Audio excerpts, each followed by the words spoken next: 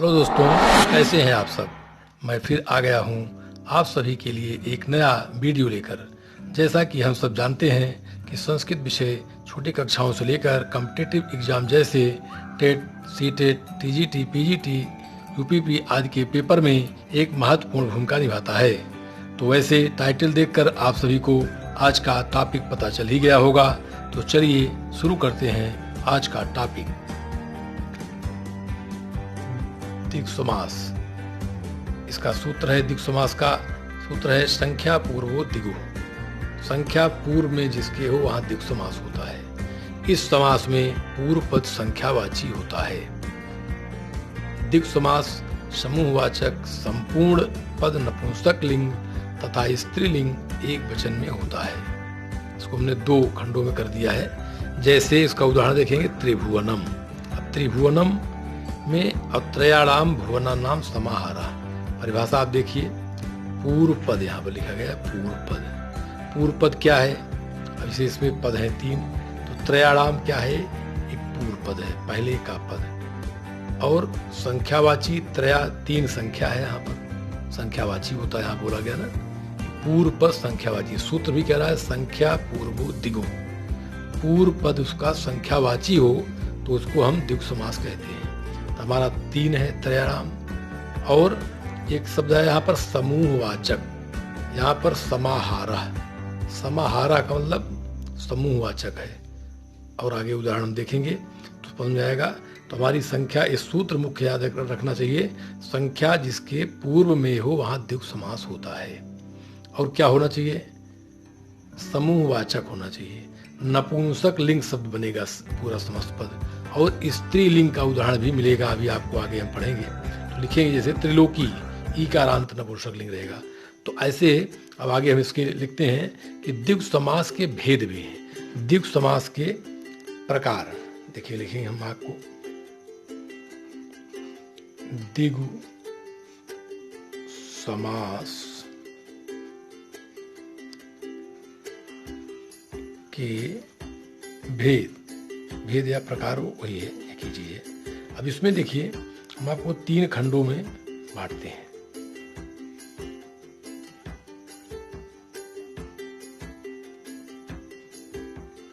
पहला इसमें जो द्विगु समास का जो अपना उदाहरण है वो है आपका समाहार द्विगु। यहाँ पर क्या है? नंबर 1 पर है समाहार द्विगु। नंबर 1 इसमें है समाहार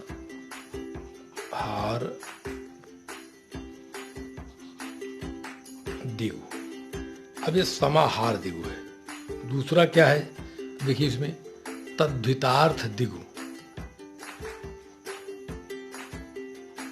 तद्धितार्थ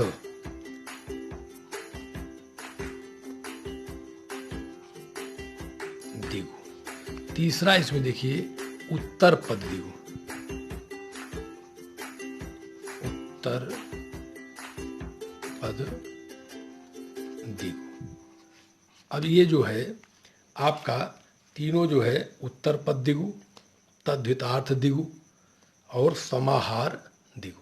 अब तीनों का हम अलग अलग इसकी व्याख्या करते हैं और आपको हम समझाते हैं कि तीनों में क्या इसमें अंतर है। अब देखेंगे हम एक एक करके क्रमशः। पहले तो इसको हम समझ लें। एक पहला लिखते हैं, उसके बाद हम समझाते हैं आपको। पहला देखिए इसमें क्या है। सबसे नंबर 1 पर हमने लिखा था आपको समाहार द्विगु। पहले क्या है? नंबर 1 पर यहाँ पर समाहार द्विगु है। क्या है? समाहार द्विगु। अब इसको एक एक हम समझेंगे। नंबर 1 है हमारा समाहार द्विगु।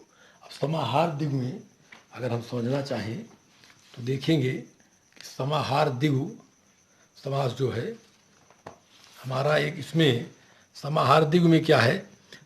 समाहार का मतलब है, आप समझ रहे हैं कि जब द्विगु समासकार समूहवाचक है। यहाँ पर समाहार का मतलब समूहवाचक।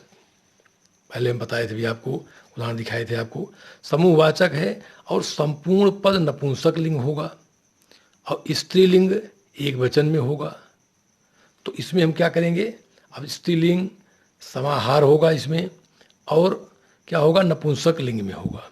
जब इसका उदाहरण हम लिखेंगे, देखिए समाहार द्विगु में मैंने बताया आपको कि समाहार अभी पहले बताए थे कि इस समास में समूहवाचक होता है, एक तो उदाहरण भी लिखेंगे समझ में आ जाएगा, और नपुंसक लिंग का होगा और स्त्रीलिंग होगा।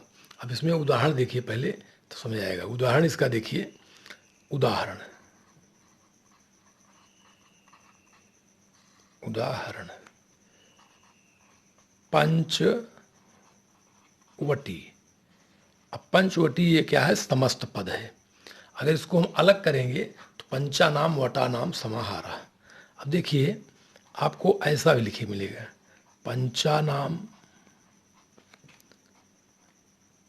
वटा नाम समाहारा, वटा नाम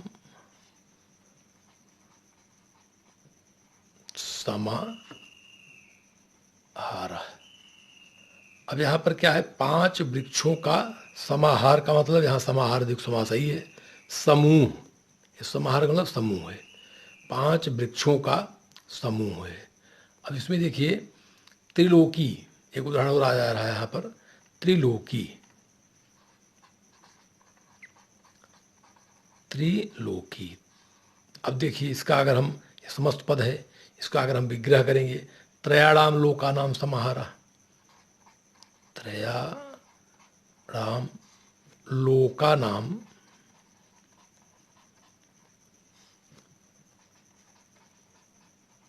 समाहारा। अब यहाँ पर क्या है देखिए आप, मैंने पहले बताया था अभी आपको कि यहाँ पर समाहार द्विगु में मैंने बोला था अभी आपको स्त्रीलिंग। अब स्त्रीलिंग यहाँ पर त्रिलोकी क्या है, स्त्रीलिंग का उदाहरण है, यहाँ समाहार आया ही है, इसका नाम ही है। इसके परिभाषा मैंने बताया था आपको, नपुंसक लिंग और समूहवाचक और स्त्रीलिंग, यहाँ पर त्रिलोकी आ गया है। अब इसको हम दूसरा उदाहरण इसका देखेंगे, नंबर दूसरा जो लिखा था मैंने आपको। अब दूसरा क्या है इसमें, तद्धितार्थ द्विगु, तद्धितार्थ द्विगु। अब इसमें क्या है, तद्धितार्थ द्विगु में क्या है, अब तद्धित सुने होंगे आप पहले, तद्धित इसी द्विगु समास में तद्धित से युक्त होता है। जब तद्धित द्विगु समास होता है इसमें क्या होगा, दिशा तथा संख्या दोनों ही पूर्व पद में आ सकते हैं। अब इसका उदाहरण जब लिखेंगे तो आपको समझ में आ जाएगा। इसकी दिशा जो है, दिशा और इन्होंने बताया आपको कि दिशा और संख्या, दिशा और संख्या क्या है। अब उदाहरण देखेंगे, पौर्वशाला, उदाहरण क्या है इसका, उदाहरण देखिए, पौर्वशाला, ये क्या है, उदाहरण है। अब पौर्वशाला, इसको जो आगे हम विग्रह करेंगे, पूर्वश्याम शालायाम भवः, पूर्वश्याम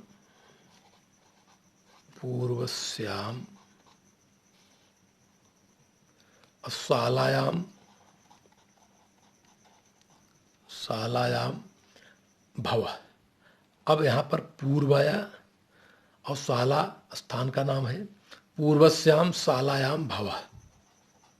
अब क्या है इसमें, अब ये क्या हुआ कि पूर्व की शाला में उत्पन्न, भवा माने उत्पन्न होता है, शालायाम स्थान का नाम हो गया, जैसे घुड़शाला होती है, घुड़साल कहते हैं, ऐसे स्थान का नाम है। अब पूर्वश्याम, अब यहाँ पर इन्होंने क्या बताया था हमने आपको कि इसमें पूर्व तद्धित प्रत्यय में कहा मैंने कि 2 चीज़ें एक साथ आएंगी, दिशा तथा संख्या। अब यहाँ पर कहा गया था, देखिए तद्धित प्रत्यय में मैंने पहले बताया था, ये दिशा है, ये क्या है, दिशा तथन संख्या। अब संख्या कहाँ से आएगी, ये है पूर्वश्याम, पूर्व जो है एक दिशा है, एक दिशा आ गई और दिशा ही है, इसका वर्णन होगा, तद्धित प्रत्यय है इसमें। अब दूसरा उदाहरण इसका अभी हम आप देखेंगे। तीसरा हम लोग चलते हैं, देखते हैं कि उत्तर पद, इन्होंने क्या कहा था, उत्तर पद द्विगु समास। तीसरा हमारा है उत्तर पद द्विगु समास। अब इसमें जो है उत्तर पद द्विगु समास में जो परिभाषा लिख नहीं रहे इसलिए बहुत विस्तार हो जाएगा, परिभाषा शुरू में ही लिखे हम लोग। अब इसको समझ लें। जब द्विगु समास में कोई उत्तर पद का मतलब क्या है? बाद का पद। जैसे यहाँ पर है पूर्वश्याम शालायाम, ये पूर्व पद है, ये शालायाम उत्तर पद है। ऐसे ही कोई भी पद हो, त्रयाणाम पूर्व पद है, लोकानाम ये उत्तर पद है, तो ऐसे यहाँ पंचानाम पूर्व पद है, वटानाम उत्तर पद है। तो यहाँ पर उत्तर पद द्विगु समास। जब इसका देखेंगे हम लोग, उत्तर पद में क्या रहता है? बाद में रहता है उत्तर पद में, बाद में जो पद रहता है उत्तर पद द्विगु समास होता है। कैसे होगा? वास्तव में इसके पूर्व में द्विगु होता है, पहले माने द्विगु होता है, और संपूर्ण पद किसी अन्य समास से संबंध रखता है। अभी उदाहरण इसका समझेंगे तो आपको समझ में आ जाएगा। द्वाभ्याम पुरुषाभ्याम, जैसे है द्विपुरुष श्रुतम, द्विपुरुष श्रुतम। उदाहरण देखिए इसका, उदाहरण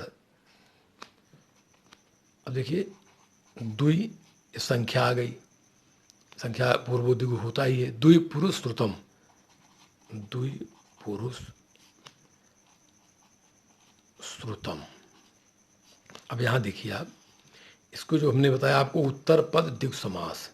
अब इसमें जो है हमने बताया कि जब इसमें वास्तव में इसके पूर्व पद में द्विगु समास, पूर्व का पद क्या है? द्वि है, द्वि क्या है? संख्या है।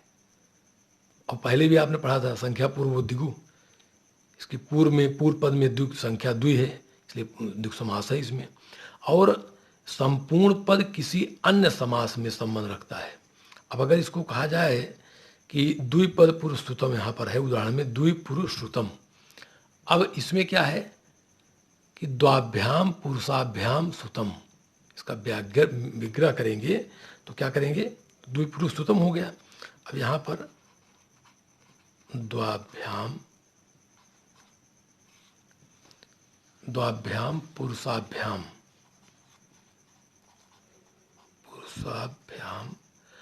श्रुतम, द्वाभ्याम पुरुषाभ्याम श्रुतम। अब यहाँ पर देखेंगे आप तो क्या हो गया है? यहाँ पर दो संख्या तो है ही है, द्वाभ्याम पुरुषाभ्याम श्रुतम। यहाँ पर पुरुष है, दो पुरुष, उदाहरण है कि दो पुरुषों से सुना गया या सुना हुआ। यहाँ पर क्या? बहुब्रीहि समास है। द्वि में तो क्या है? पूर्व में क्या है?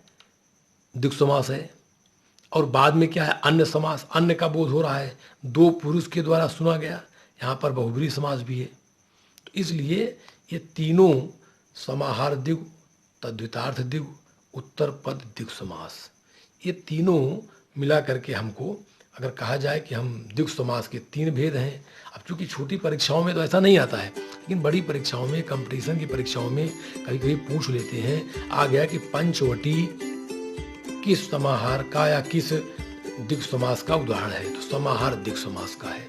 अगर आ गया पौर्वशाला किस द्विगु समास का उदाहरण है, तो तद्धितार्थ द्विगु समास का है। आ गया द्विपुरुषम श्रुतम, किसका उदाहरण है? द्विगु समास में किसका उदाहरण है? तीनों बताइए, तब आप लिखें उत्तर पद द्विगु समास। लेकिन सामान्यतया छोटी कक्षाओं में, पढ़ाई में जो हम 6 से 8 तक के बच्चों को पढ़ना है, तो उनके लिए केवल उदाहरण क्या है? द्विगु समास का उदाहरण है, चाहे इसमें हो चाहे इसका हो, किसी का भी हो। आपने रट लिया पंचवटी, पंचानाम वटानाम समाहारा लिख दिया आपने, पंचानाम वटानाम समाहारा लिखा है तो आपने इसका समस्त पद लिख दिया पंचवटी, बस आपका काम हो गया। अब कौन से इसमें समास है? द्विगु समास है। तो सामान्यतया छोटी कक्षाओं में इससे काम चल जाता है। तो हम कुल मिला करके इस समास में विस्तार से इसलिए बताया कि आगे चल करके कंपटीशन में भी, बड़ी कक्षाओं में भी इसको पढ़ना पड़ता है। तो आगे हम अगले वीडियो में फिर मिलते हैं। धन्यवाद।